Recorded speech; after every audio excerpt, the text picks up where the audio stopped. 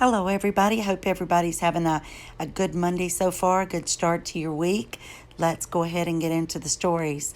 Daily Mail, Eden Confidential. Prince Harry's book will end on the Queen's funeral, claims Lord Geoffrey Archer, who feels the tell-all memoir will further strain relations between the royal family and the Sussexes.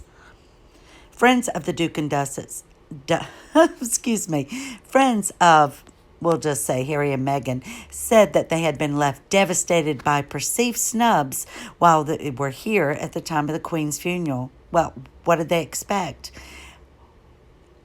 We may not have to wait long before we hear his version of events. For best-selling author Geoffrey Archer, who was a pal of Princess Diana, says Prince Harry is writing a new chapter for his much-anticipated memoirs that will be all about his grandmother's death and the events leading up to her funeral. Lord Archer says he is deeply concerned that the book will make already strained relations between the royal family and Harry and his wife, Meghan, even worse. I'm very sad, the peer laments. I fear for the book. I know that they're writing the chapter on the funeral, so I suppose that's what the book will end on. The royal autobiography was due to be published in autumn, but the Mail on Sunday revealed last month that amid Harry had launched an 11th hour bid to alter it, which wasn't able to be done, but it would be seen as insensitive after the Queen's death. So I'm sure that there's going to be things in there that, of course, they're not going to let them take them out. They're paying millions of dollars for this dirt on the royals.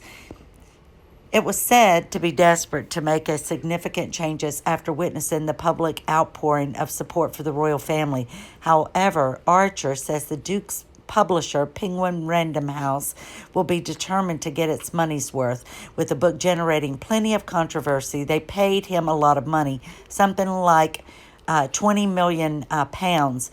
You want to comment down if you're paid 20 million? Don't think so. A Penguin Random House spokesperson declines to comment while Harry refuses to communicate with the popular press. Of Harry and Meghan's new life in Montecito, Lord Archer says, I always say, rather cruelly, I could survive in California for about a week. It's not the state that I don't want to stay in. It's one temperature, and they're all wanting to be celebrities. And Meghan is now a big celebrity. No, she's not. Oh, excuse me, just going through to a few other things. Let me just skip through these. This is what I want to talk about. Prince Harry and Meghan's a year of reconciliation with the royal family. I don't understand how they could even think that they want to spend a year to reconcile. What they're saying is they want to begin this after the book has been published, after the docuseries and all comes out, and whatever else they have on Netflix. No, they think that they'll go back and maybe apologize or try to reconcile after all of this damage has been done. No, it will be the end of them. Prince Harry and Meghan planned for a year of reconciliation, just the most ridiculous thing, with the royal family, but only after the controversial memoir and Netflix series have come out. They were criticized for not canceling their multi-million-dollar deal with Netflix after its controversial depictions of the royal family members in its show, The Crown. Prince Harry's upcoming memoir has also made headlines with reports suggesting that it may contain explosive details. Well, we know it's going to, and I hope this book does seal their fate. So it says, in doing this, I'm just going up. Let's go here.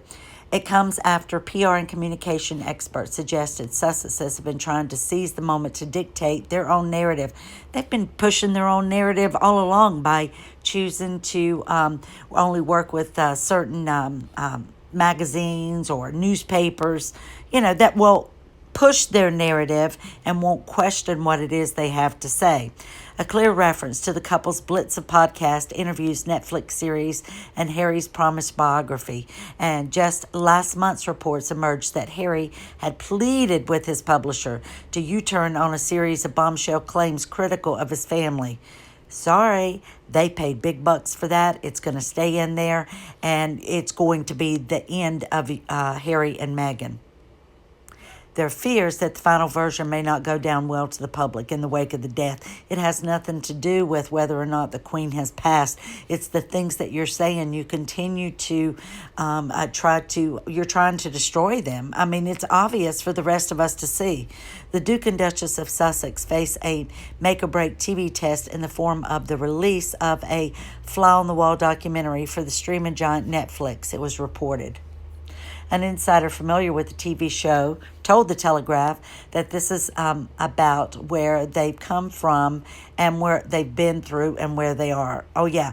That's kind of like, sounds a lot like the title of the book. I write this not as the prince I was born, but as the man I've become.